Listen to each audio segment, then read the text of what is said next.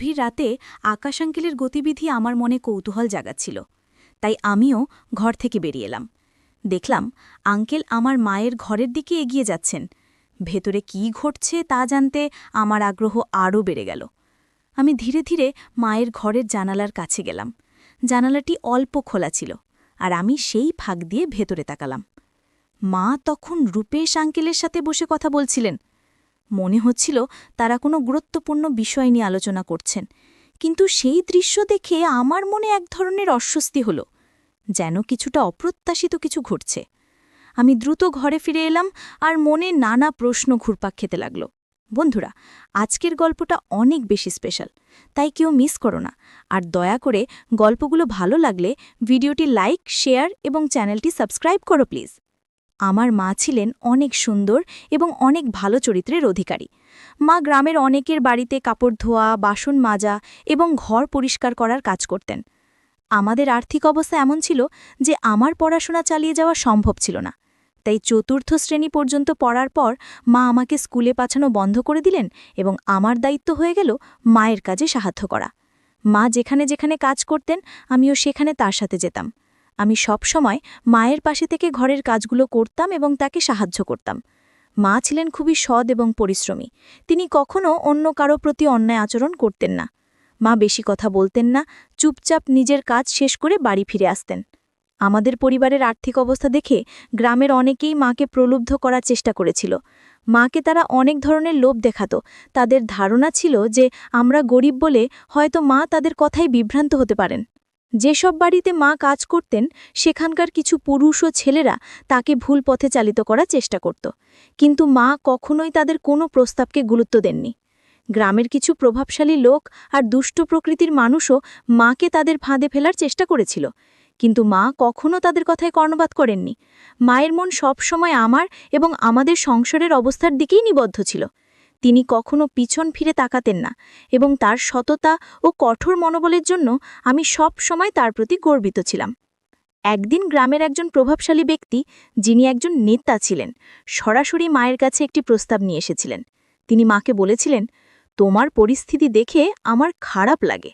তুমি যদি চাও তাহলে তোমার এবং তোমার মেয়ের জীবনে আর কোনো কষ্ট থাকবে না। শুধু আমার কথাটি মেনে নাও।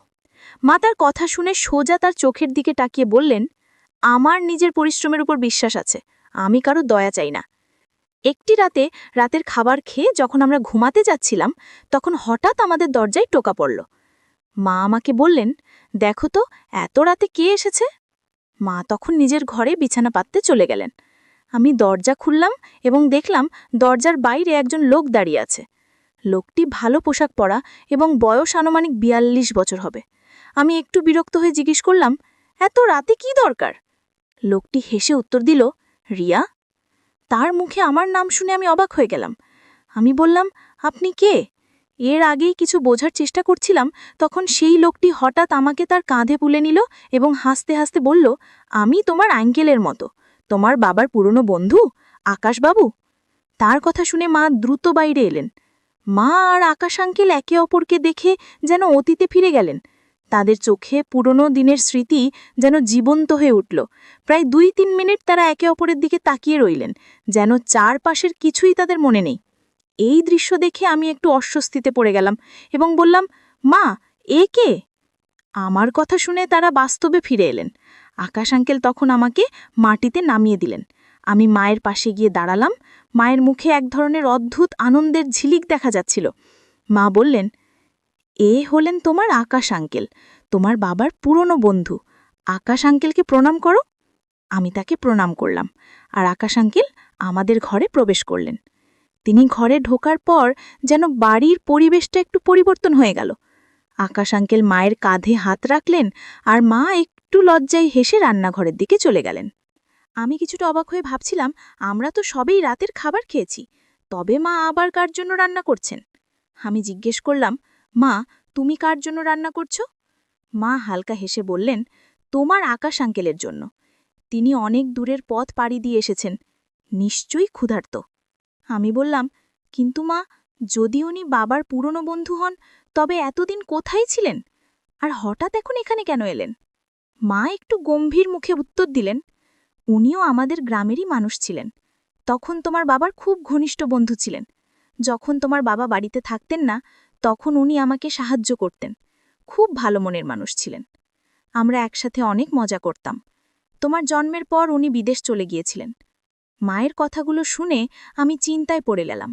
আকাশ আঙ্কেল এত বছর পর হঠাৎ কেন ফিরে এলেন তা নিয়ে আমার মনে নানা প্রশ্ন জাগতে লাগল। তাদের মধ্যে কি কোনো পুরনো সম্পর্ক ছিল? সেই রাতে আকাশ আঙ্কেলের বিষয়ে মায়ের সাথে কথা বলার পর আমি তার সম্পর্কে আরও কৌতূহলী হয়ে উঠলাম।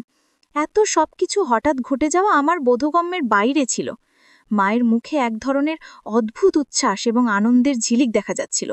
মা বললেন, জীবন মাঝে মাঝে আমাদের সামনে পুরনো স্মৃতিগুলো ফিরিয়ে আনে, যা আমরা কখনো ভোলার চেষ্টা করলেও ভুলতে পারি না। মা বললেন, দেখো, আকাশ আঙ্কেল এখন একা থাকেন, তার জীবনে আর কেউ নেই। এখন আমরা ছাড়া তার আর কে আছে? মায়ের কথাগুলো যেন আমার মনে নানা প্রশ্নের ঝড় তুলতে লাগল। তিনি বললেন, কাল সকালে উনি নিজের বাড়িতে ফিরে যাবেন। মায়ের কথা শুনে আমি ভাবছিলাম, আকাশ আঙ্কেলের এই হঠাৎ আশাটা আমাদের জীবনে কি পরিবর্তন আনতে পারে। তার আশাতে মা অনেক খুশি ছিলেন। আকাশ আঙ্কেল আসার পর থেকে তিনি সব সময় মায়ের কাছাকাছি থাকার চেষ্টা করছিলেন। বিভিন্নভাবে মাকে হাসানোর চেষ্টা করছিলেন। মাঝে মাঝে আঙ্কেল মায়ের দিকে অদ্ভুতভাবে তাকিয়ে থাকতেন, আর আমার মাও তাকে দেখে হাসতেন, কিন্তু বুঝতে দিতেন না। মা বললেন, এখন তুমি নিজের ঘরে যাও এবং আকাশ আঙ্কেলও তোমার ঘরেই থাকবেন। আমি মায়ের কথা মেনে নিজের ঘরে চলে গেলাম। আকাশ আঙ্কেল তখনও হুক্কা টানছিলেন। আমি বিছানা পেতে নিলাম এবং আকাশ আঙ্কেলের জন্য পাশে আরেকটি বিছানা পেতে দিলাম। তারপর নিজের বিছানায় শুয়ে পড়লাম। প্রায় 10 থেকে 15 মিনিট পর আকাশ আঙ্কেল উঠে দরজা বন্ধ করে দিলেন এবং ঘরের লাইট নিভিয়ে নিজের বিছানায় শুয়ে পড়লেন। আমি তখন গভীর ঘুমে তলিয়ে পড়লাম। কিছুক্ষণ পর হঠাৎ আমার ঘুম ভেঙে গেল। আমি চোখ মেলে দেখলাম আকাশ আঙ্কেল তার বিছানা থেকে উঠে ঘরের বাইরে চলে যাচ্ছেন। কেন জানি না, কিন্তু এই দৃশ্য দেখে আমার মনে কিছুটা অস্বস্তি তৈরি হলো। আমার মনে কৌতূহল জন্ম গেল যে এত রাতে আকাশ আঙ্কেল কোথায় যাচ্ছেন। এটি জানার জন্য আমিও নিজে ঘর থেকে বেরিয়ে এলাম। দেখলাম আঙ্কেল মায়ের ঘরের দিকে এগিয়ে যাচ্ছেন। আমার কৌতূহল আরও বেড়ে গেল। তিনি কেন মায়ের ঘরে যাচ্ছেন? আমি আস্তে আস্তে মায়ের ঘরের জানালার কাছে গেলাম। জানালাটি অল্প খোলা ছিল, আর আমি সেই ফাঁক দিয়ে ভেতরে তাকালাম। মা তখন রূপেশ আঙ্কেলের সাথে বসে কথা বলছিলেন। মনে হচ্ছিল তারা কোনো গুরুত্বপূর্ণ বিষয় নিয়ে আলোচনা করছেন। কিন্তু সেই দৃশ্য দেখে আমার মনে এক ধরনের অস্বস্তি হলো, যেন কিছুটা অপ্রত্যাশিত কিছু ঘটছে। আমি দ্রুত ঘরে ফিরে এলাম, আর মনে নানা প্রশ্ন ঘুরপাক খেতে লাগল। সকালে ঘুম থেকে উঠে প্রথমেই আমার চোখ পড়ল আকাশ আঙ্কেলের বিছানার দিকে, কিন্তু তিনি সেখানে ছিলেন না। তখন রাতের ঘটনাগুলো আমার মনে পড়তে শুরু করল, আর মনে একটা অদ্ভুত ভয় ঢুকে গেল। আমি তাড়াতাড়ি উঠে বাইরে এলাম। মায়ের দরজা বন্ধ ছিল, কিন্তু জানালাটি খোলা ছিল। আমি সেই জায়গাতেই বসে মায়ের ঘরের দিকে তাকিয়ে রইলাম। কিছুক্ষণ পর আমার মনে হলো যে আমি দরজার লক খোলার আওয়াজ শুনতে পেলাম, আর কৌতূহলবশত তাকিয়ে দেখলাম আকাশ আঙ্কেল মায়ের ঘর থেকে বেরিয়ে এলেন। তার পরপরই মা দ্রুত ঘর থেকে বেরিয়ে এসে সোজা বাথরুমের দিকে ছুটে গেলেন। কিছুক্ষণ পর মা আমাকে ডাকলেন এবং বললেন, আমি গোসল সেরে তৈরি হচ্ছি। এরপর আমি উঠে আকাশ আঙ্কেলের দিকে তাকালাম। দেখলাম তিনি তখনও ঘুমাচ্ছেন। আমি বাথরুমে গিয়ে গোসল সেরে তৈরি হয়ে নিলাম এবং তারপর রান্নাঘরের দিকে গেলাম। রান্নাঘরে গিয়ে দেখলাম মা রান্না করছেন এবং তিনি খুব আনন্দিত দেখাচ্ছিলেন।